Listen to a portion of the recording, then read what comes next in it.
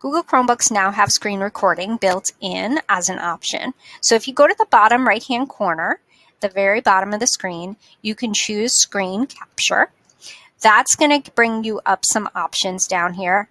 The default is usually set to camera, but you can go ahead and select video camera and that will record your screen. You can then choose full screen to record the full screen. You can choose select a section of it if you wanted to. So you could choose just a small portion of your screen to record, or you can actually choose to record a specific window. And then through your settings, you can choose what your audio input's going to be, whether you're going to have the microphone on or off, whether you're going to have the camera to also see you in the screen on or off. And you can also choose where you're going to save your recording.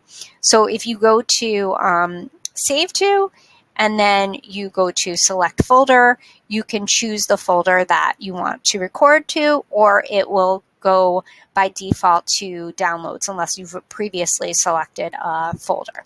Click anywhere to record my full screen. So it will count you down. Once you've started, then you can present whatever you wanted to on your screen. Once you're done, you're going to click the tiny red dot at the bottom, and that will stop your recording. And then you'll see it will come up that you can open it in the folder. So if I click on here, it will take me to the navigation. It shows my most recent screen recording.